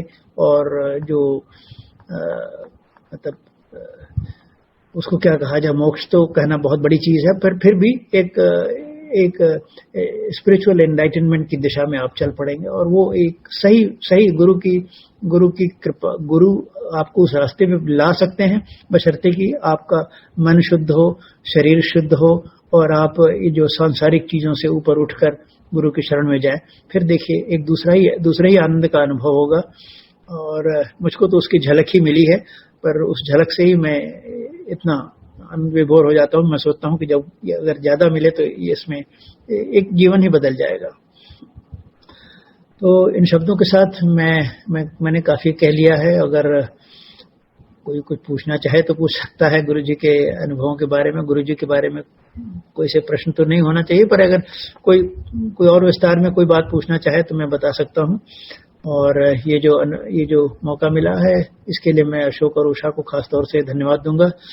ये लोग हमारे परिवार के हमारे बड़े प्रिय सदस्य हैं और गुरुजी से जुड़े हैं और सही माने में जुड़े हैं और गुरुजी की इन पे बहुत कृपा रही है। इन शब्दों के साथ मैं आप सब लोगों को अपनी शुभकामनाएं देता हूं कि आप सब लोगों को गुरुजी का आशीर्वाद मिलता रहे। जय गुरु जी। जय गुरु जी। बहुत बहुत धन्यवाद चाचा, प्रणाम। कोई कुछ पूछ रहा है आपसे? जब तक ये वेट कर रही है उनको बुलाने के लिए, मैं भी एक शेयर करना चाहता हूँ सत्संग जो आप ही के साथ हुआ था चाचा। ये this is for the benefit of our audience. आप सुन पा रहे हैं? हाँ सुन पा रहे हैं, बिल्कुल सुन पा रहे हैं। हाँ जी। ये दिसंबर 1999 की बात है। 1 साल हो गए थे गुरुजी के दर्शन के। उस समय आपके साथ में गया था। हम लोग एम्पायर स्टेट में बैठे थे। जब 10-15 लोग बचे तो गुरुजी ने कहा बड़े मंदिर चलेंगे। तो मैं आप ही की कार में आप ही के साथ बैठ के हम लोग बड़े मंदिर गए उस रात। काफी देर थी, आधी रात का समय था करीब। रास्ते भर आप बहुत नाराज थे। और आपने मुझे बताया कि वहां पे एक IAS ऑफिसर आई थी, वेरी करप्ट IAS ऑफिसर, गुरुजी के पैर दबा रही थी, आपने बताया। और आपने बताया जब भी इस पर कोई इसकी फाइल खुलती है, जो भी प्रोसिक्यूशन के लिए, जो भी ये आ जाती है यहाँ गुरुजी के यहाँ, गुरुजी की सेवा करती है, गुरुजी आशीर्वाद देते हैं और सब कुछ ठीक हो जाता है, फिर छूट जाती है, उसका कुछ नहीं होता है। आप बहुत नाराज थे। आप कह रहे थे गुरुजी डिफरेंशिएट बिल्कुल नहीं करते हैं कि कौन अच्छा है कौन बुरा, किसको जेल में होना चाहिए किसको बाहर होना चाहिए। बहुत ही नाराज थे आप। और मुझे भी एक शंका थी उस समय, वो मैं आपसे बता रहा था। मैंने कहा कि मेरी भी एक शंका है कि गुरुजी के यहाँ मैं बस एलिट्स को देखता हूं, समाज के बड़े बड़े लोग, कोई जनरल आ रहे हैं, कोई टॉप ब्यूरोक्रेट्स आ रहे हैं, कोई बड़े बड़े बिजनेसमैन आ रहे हैं। मैंने कहा मैं कोई साधारण कोई वहां गरीब आदमी को नहीं देखता हूं। तो खैर हम लोग पहुंचे वहां बड़े मंदिर। हम लोग गुरुजी की कार के पहले पहुंच गए थे और बिल्कुल अंधेरा था उस समय, लाइट वगैरह नहीं होती थी बड़े मंदिर में बिल्कुल। हम लोग बाहर ही खड़े थे बड़े मंदिर के। पीछे से गुरुजी आए, सुगंध फैलने लगी जब वो पास आए। और गुरुजी करीब 5 गज आगे गए होंगे, 5 यार्ड्स, मुड़ गए और उन्होंने आपकी ओर डायरेक्टली देखा और आपको बोला गुरु की कृपा हर पर बराबर, और बड़ी कस के बोला और फिर चले गए। तो that was a big lesson for me. आपने भी समझाया अच्छी तरह कि जो गुरु है उनकी कृपा तो हर पर बराबर है। He doesn't not differentiate, he is God. So with Sadguru is God, they are same. हम लोग सब उनके बच्चे हैं, सब पर कृपा हम पर बराबर है। तो that was a big lesson for me. एक मैं और सुना देता हूं चाचा, अगर आप अनुमति दें। आपके साथ वो भी थी संगत। बिल्कुल। एक बार हम बैठे थे और मुझे याद है उस समय सिंगापुर में था मैं। फ्लाइट मेरी होती थी 11:15 बजे। तो मैं थर्सडे को आ जाता था और संडे को वापस चला जाता था। गुरुजी उस समय थर्सडे, फ्राइडे, सैटरडे, संडे बैठते थे। तो मेरा एक रूटीन था कि मैं करीब 9 बजे उठ जाता था और 8:30-9 बजे, जिससे कि टाइम से मैं एयरपोर्ट पहुंच जाऊं, और फ्लाइट के करीब 1.5-2 घंटे पहले। पर उस दिन मेरे दिमाग में आ गया कि मैं आज अपने मन से नहीं जाऊंगा, जब गुरुजी बोलेंगे तभी मैं जाऊंगा। और आप मेरे बगल ही में बैठे थे, मुझे अच्छी तरह याद है। तो टाइम बीतने लगा और आप थोड़ा परेशान हो गए। आपने मुझसे कहा अशोक जाओ जाओ, नहीं तुम्हारी फ्लाइट मिस हो जाएगी। तो अब मैं बड़ी थोड़ा मेरा असमंजस में था, क्योंकि मैं सोच रहा था, मैं तो सोच के आया हूं कि गुरुजी की जब बोलेंगे तभी जाऊंगा, पर आप परिवार के बड़े सदस्य हैं, आपका भी आदर मुझे करना चाहिए, तो मैं आपको भी इग्नोर नहीं कर सकता हूं। तो मैं उठ गया, गुरुजी के पैर छूने जाने लगा, तो गुरुजी कस के बोले हंसते हुए, कहते हैं तेरी फ्लाइट में मिस करा दूंगा, बैठ जाओ। और गुरुजी को मालूम भी नहीं था कि मैं फ्लाइट लेने जा रहा हूं।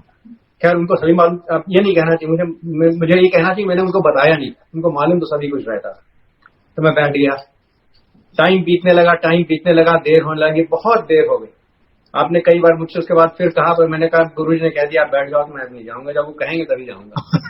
और गुरुजी ने बहुत देर में मुझसे बोला, करीब मेरे ख्याल से 10 बज गए होंगे, तब बोला, उन्होंने कहा कि उठो, और कहा जाओ।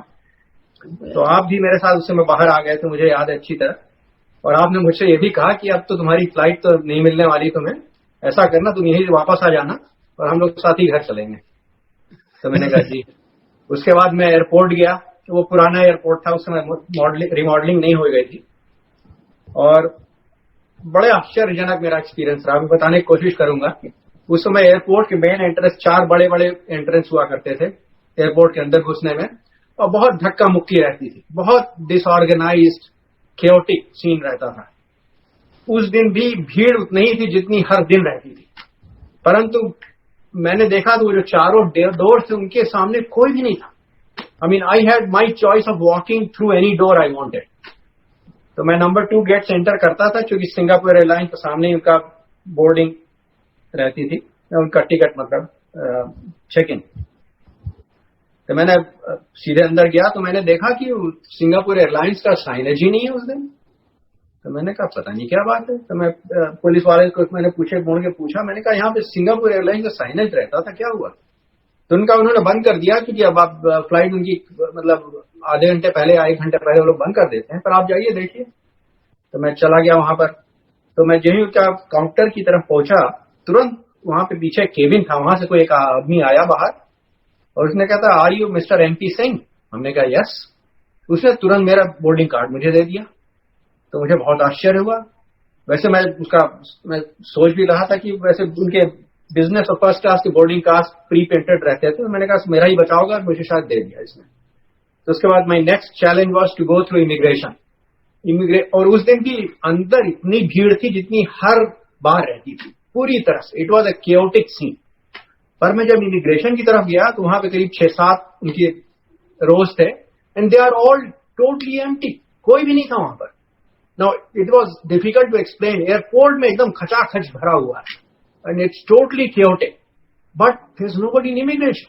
I could walk through any of them. So मैंने एक सेलेक्ट किया, उसके अंदर चला गया।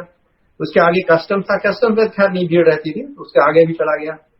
उसके आगे फिर सिक्योरिटी के उस समय 2 गेट हुआ करते थे अंदर, और बड़ी लंबी लाइन लगा करती थी, और अंदर भी उतनी ही खचाखच भीड़ है जितनी हर समय रहती थी, परंतु सिक्योरिटी में कोई भी नहीं था। In both of those gates there was not a single person. तो मैं आराम से सिक्योरिटी के थ्रू चला गया, सीधे चला गया फिर जहां पे बोर्डिंग हो रही थी। तो I was the last person to board. I just reach there just in the nick of time. मैं अंदर गया, उन्होंने गेट बंद किया, मैं बैठा, और उसके बाद उन्होंने प्लेन अपना मूव किया।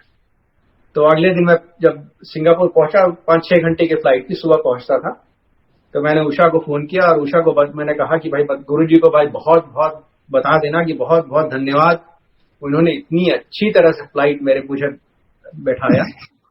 तो एनीवे, अब उषा गई उस दिन संगत में, और उषा को गुरुजी ने मौका ही नहीं दिया कुछ कहने का। इन्होंने गुरुजी के पैर छुए, गुरुजी ने कहा हाँ तो अंकल की फ्लाइट कैसी थी, उसको फ्लाइट कैसे मैंने चढ़ाया बताओ।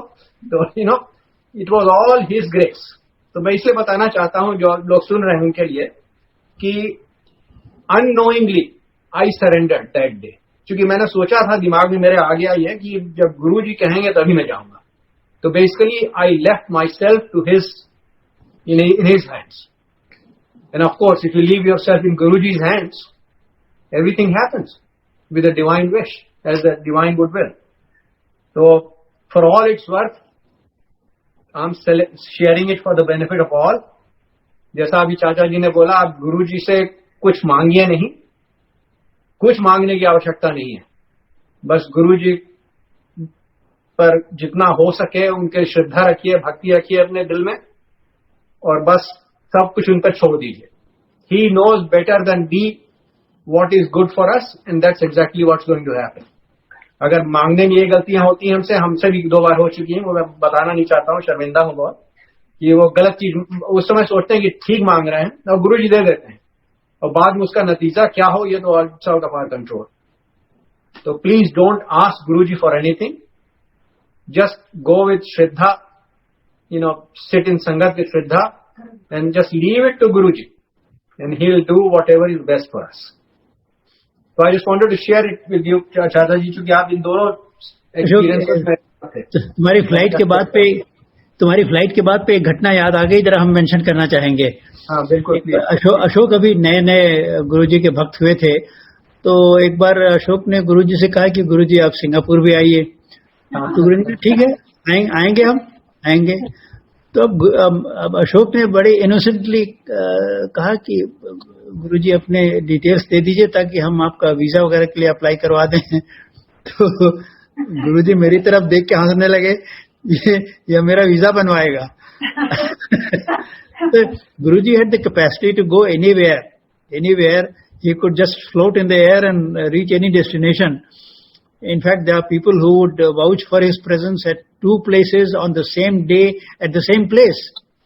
So, I mean, for such a person, somebody suggesting that I'll get a visa made for you, he found it very funny and he laughed at him and he looked at me कि प्रकाश देखो तुम्हारा भतीजा हमसे visa बनाने की बात कर रहा है.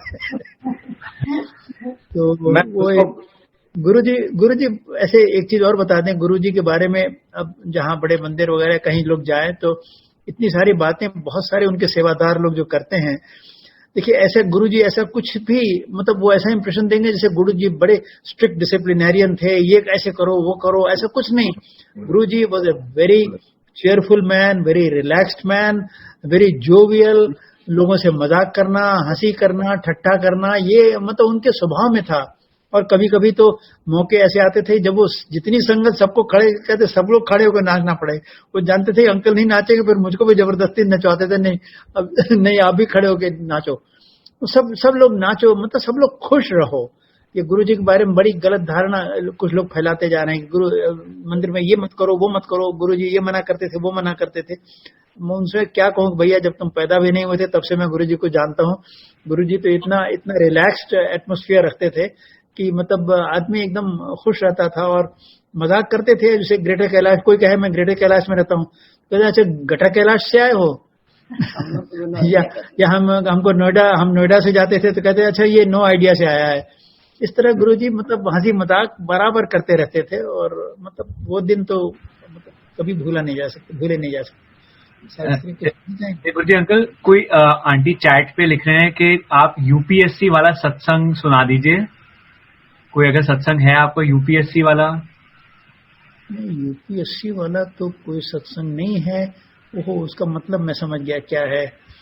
यूपीएससी ऐसा है कि एक केस है Prakash Singh versus Union of India. It's a very famous case in the Supreme Court decided. The case was decided in my favor and the case related to reforms in the police.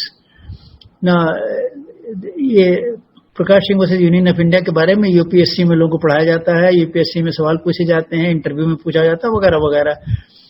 तो सवाल ये है कि ये जो judgement आया था ये it was after a 10-year long struggle.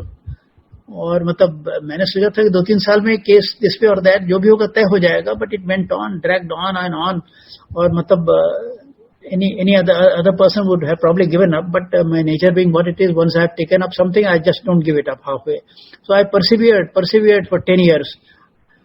Now there was a stage when I became very hopeless कि भैया क्या है यार, मतलब 3 साल तक कोई not an inch of progress in the case.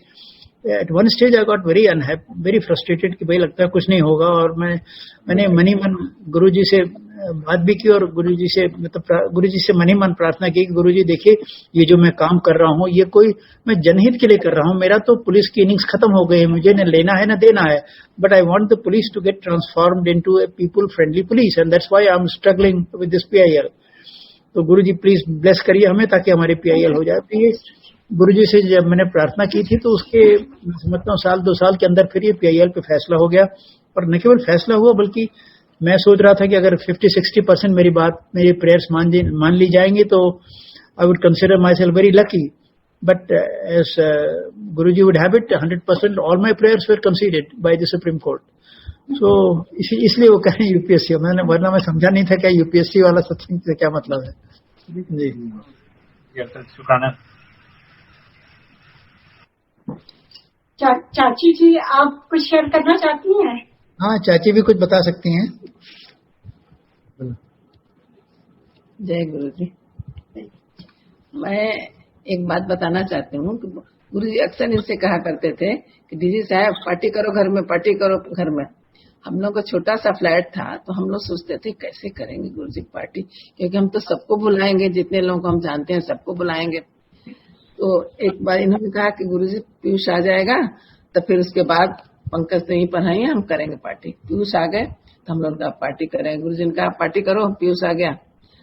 तो फिर हम लोगों ने सब लोगों को बुलाया और काफी लोग थे, 200-250 लोग करीब हो गए थे घर में बुलाने वालों में। तो मैं अब चिंता में रहती थी कि मैं कैसे करूंगी, क्या करूंगी, कहाँ खाना बनवाऊंगी, कहाँ लोग बैठेंगे। चलो बैठने का इंतजाम तो खैर ड्राइंग रूम में अपना सारे कमरों में मिला के हो गया।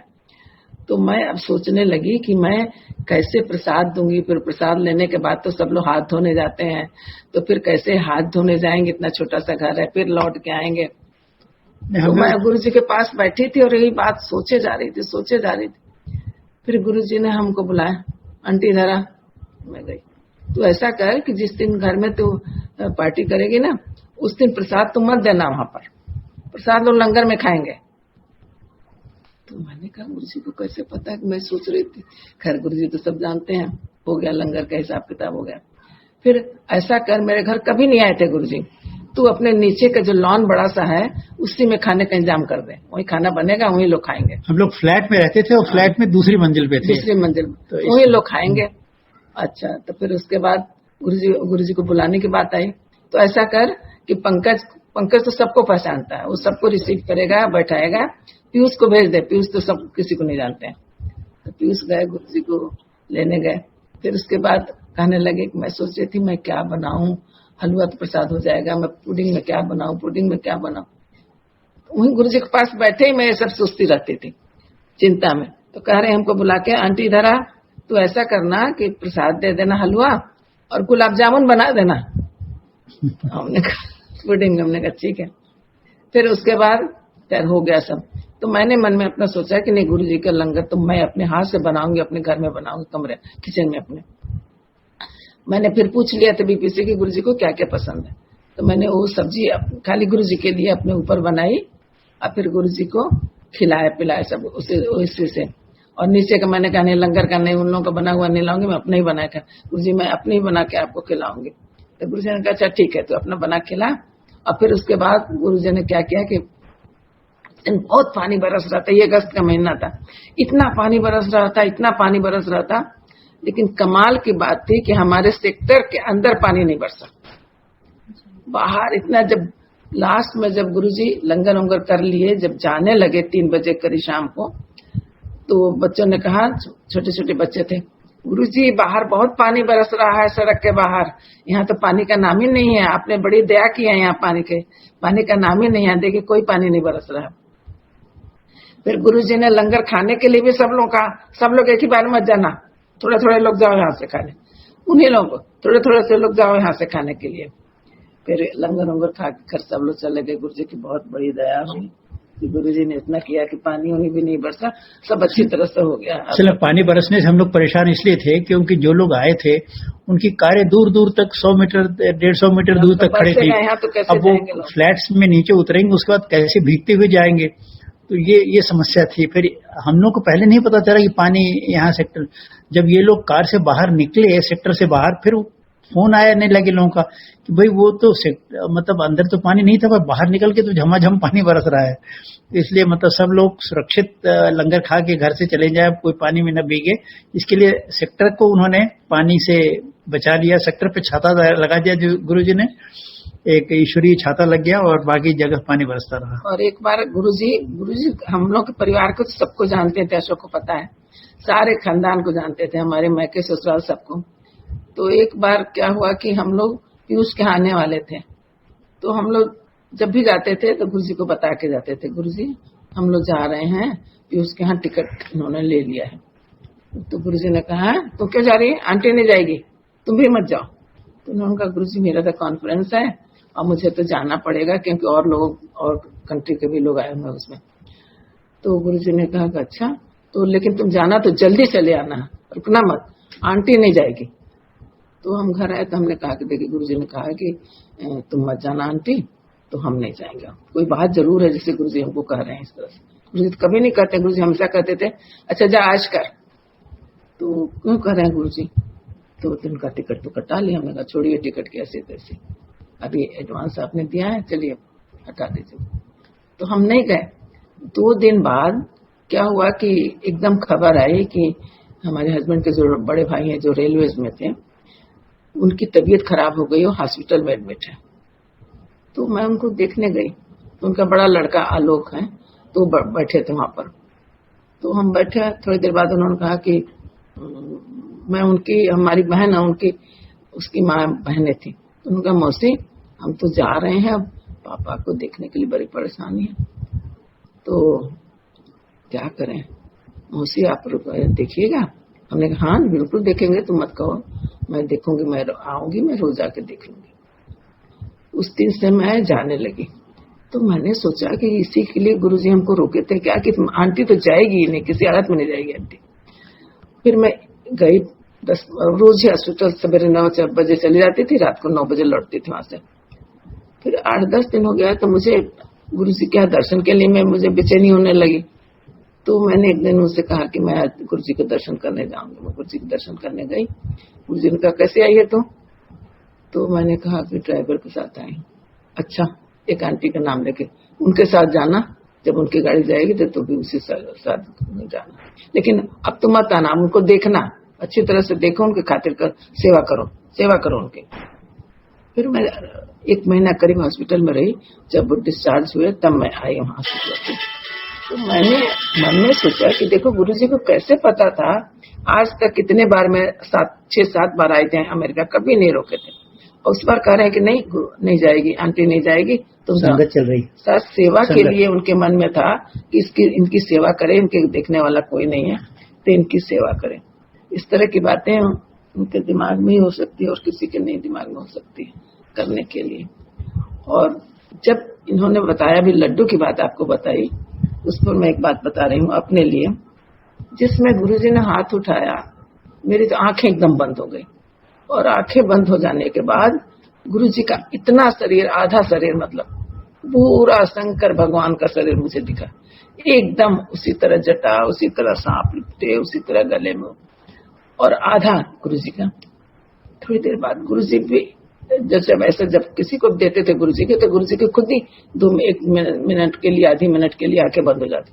मेरी बंद रही थोड़ी देर, एकदम घबरा के जब मेरी आंखें खुली तो मैंने कहा नहीं तो गुरुजी वैसे ही है, गुरुजी कहाँ है, फर्क, गुरुजी में कोई फर्क नहीं। 2 बार गुरुजी ने मुझे ऐसे दिखाया। विश्वनाथ मंदिर तो बहुत लोगों ने नहीं देखा, लेकिन अशोक देखे हैं विश्वनाथ मंदिर।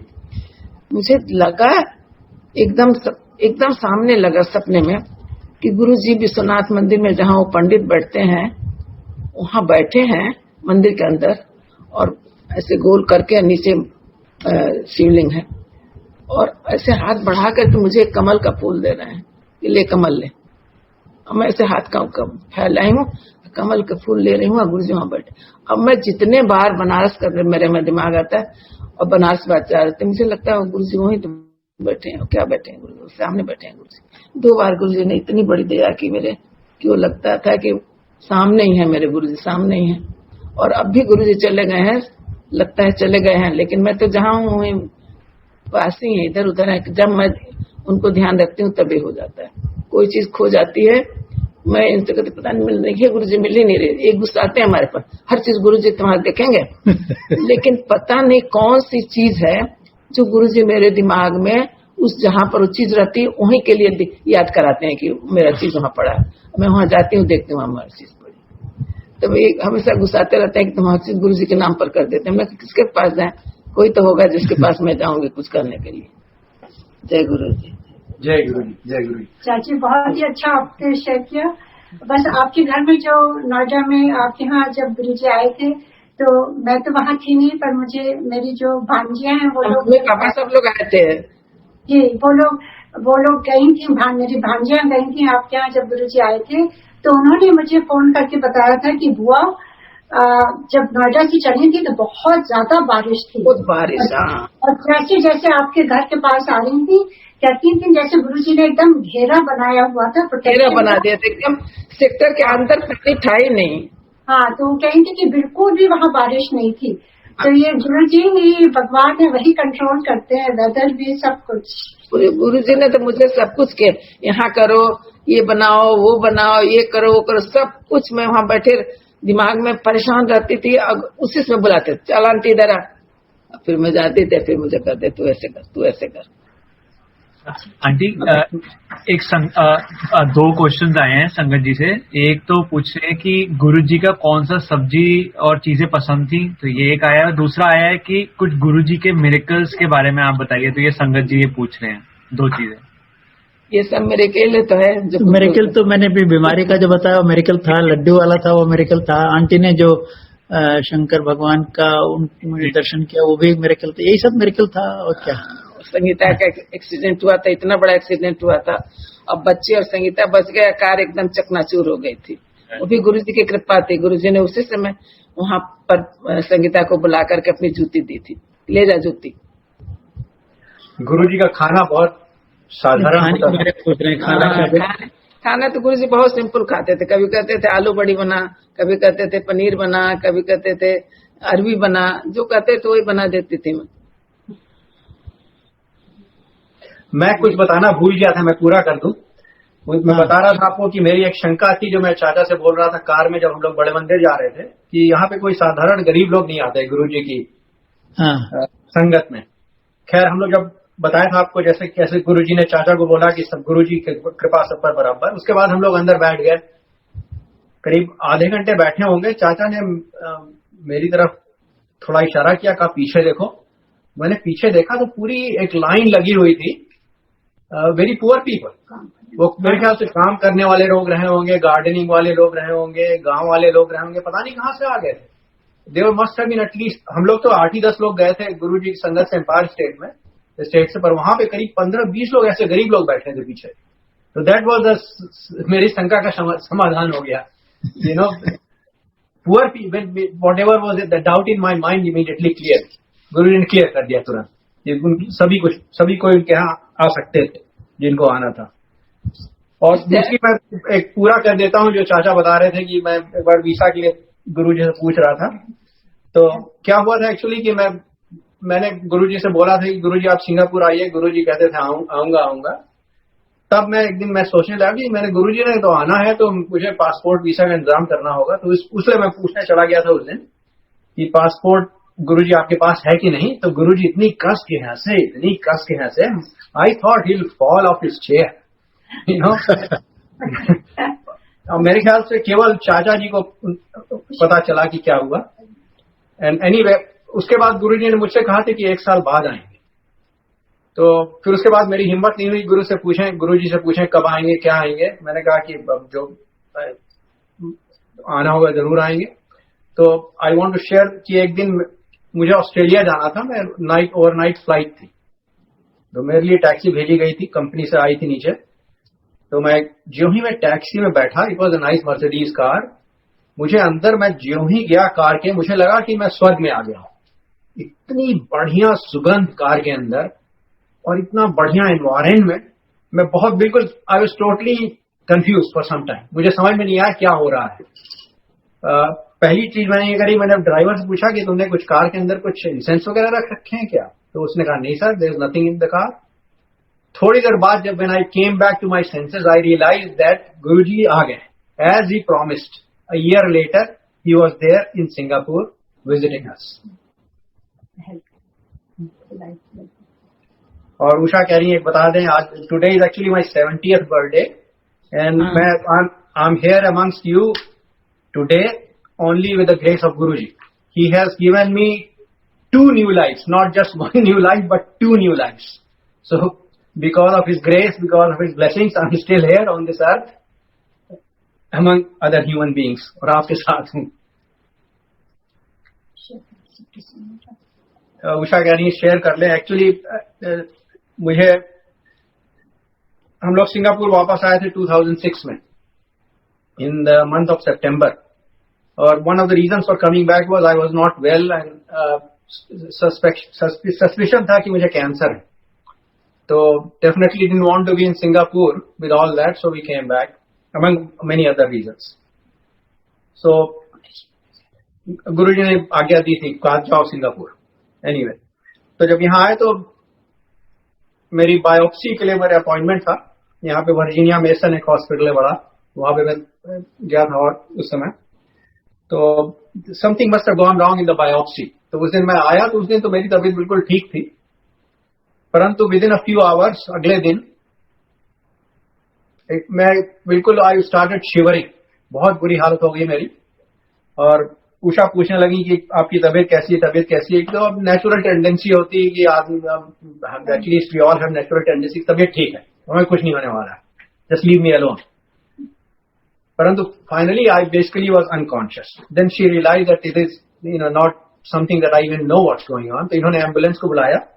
एम्बुलेंस वाले लेके गए मुझे. The nearest hospital is over lake hospital, वहां पे लेके गया. तो वहां पे भी डॉक्टर्स वेर वेरी कंफ्यूज कि क्या हो रहा है. पर उषा ने she had informed all the children. तो बच्चों की शादी किसी की नहीं हुई थी, पर जो पहले दामाद होने वाले थे उनकी एंगेजमेंट हो गई थी. वो बहुत अच्छे डॉक्टर हैं, very very very smart doctor and surgeon. वो आ गए, मेरे सब बच्चे आ गए. They were in Los Angeles with our future son in law Premal जो वहां पे थे, उनके कारण बहुत मदद मिल गई. क्योंकि he was very smart. He immediately realise that it is basically blood poisoning, septicaemia. So he helped the other doctors realize what was going on. तो सेप्टिसीमिया फॉर अगर आपको नहीं मालूम है तो सेप्टिसीमिया में 50% केसेस फेटल होते हैं. मतलब कि सेप्टिसीमिया में बेसिकली कोई इलाज नहीं है.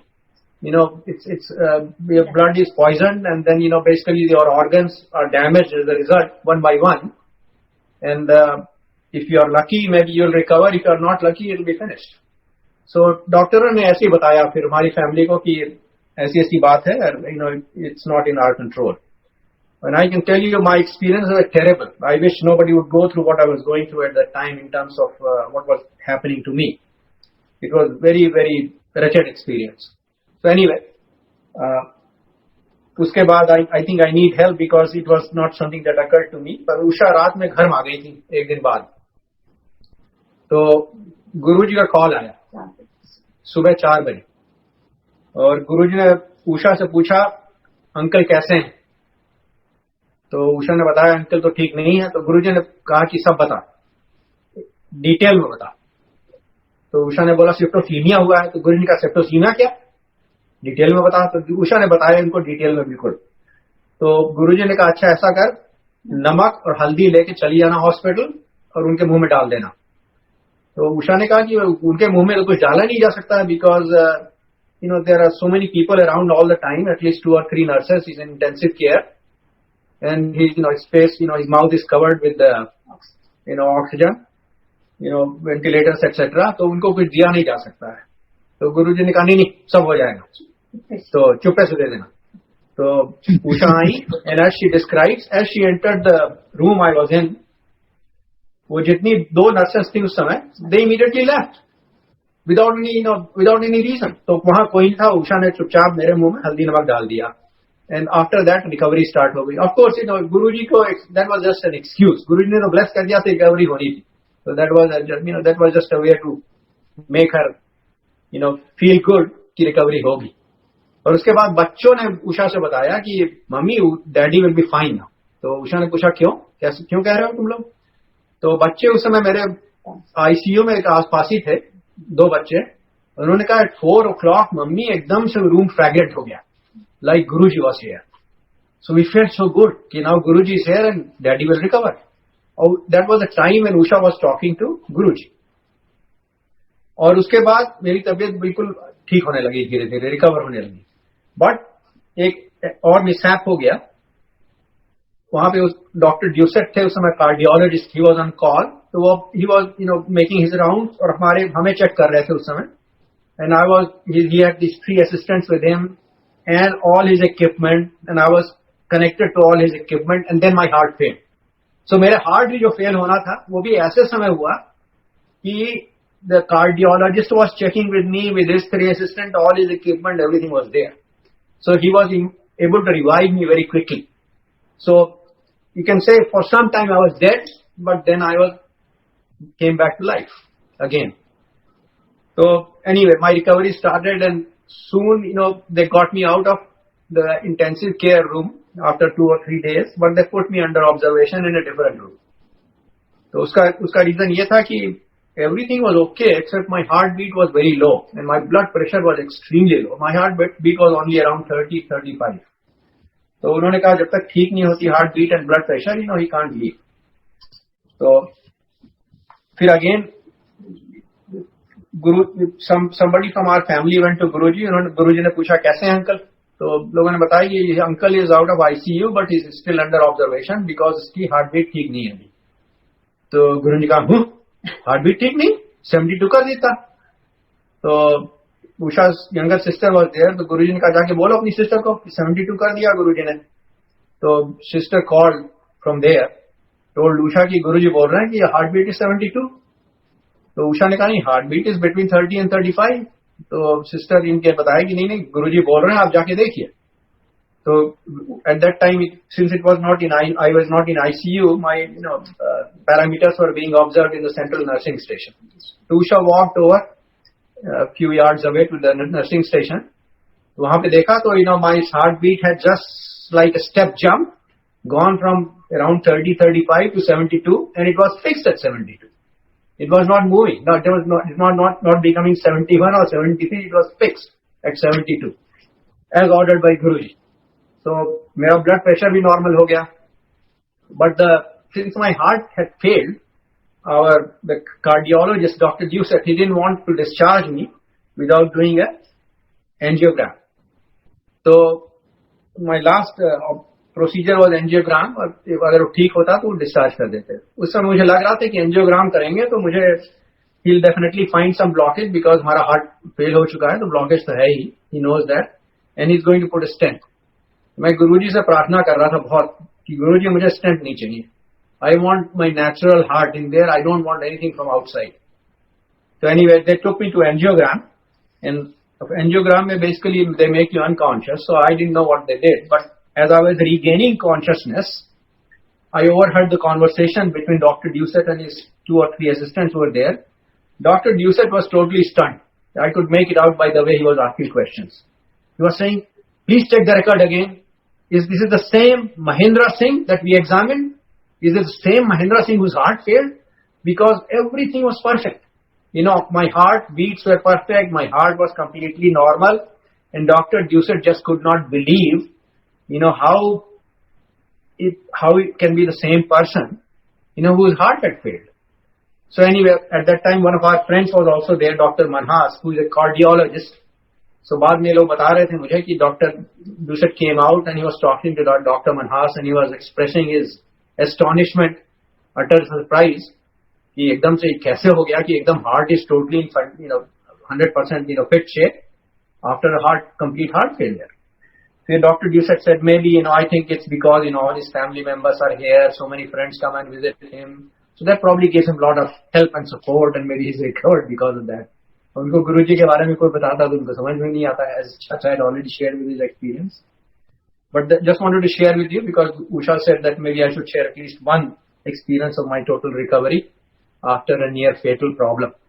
It's all with Guruji's grace that I'm still here on this earth, in the totally fit, perfectly fit shape, with no health issues at all whatsoever. So Guruji की कृपा है, उनकी कृपा से सभी कुछ संभव है. Thanks for listening. जय गुरु जी। जय गुरु।